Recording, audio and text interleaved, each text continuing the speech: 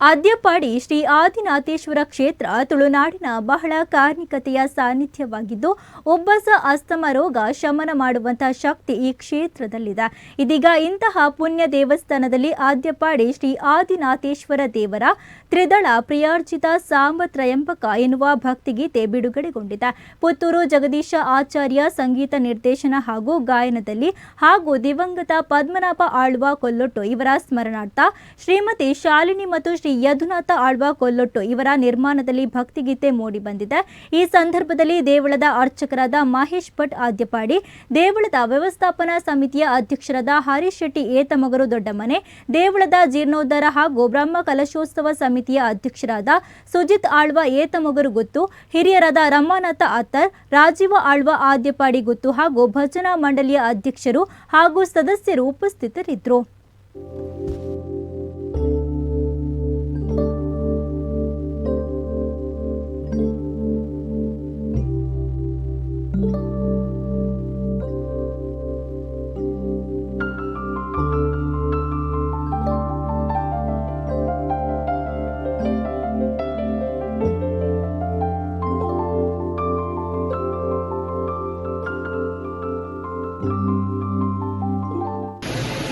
आदिरोग Vinashana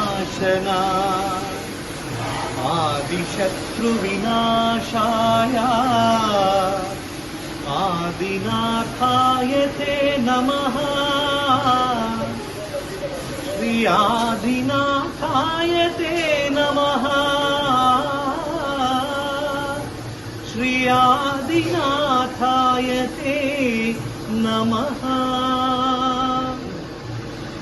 Tridal प्रियार्चित सार्वत्रयंबक त्रिपुरांतकेश्वरा Vaidya सुगुण Shri आद्यपाडिय आदिनाथेश्वरा.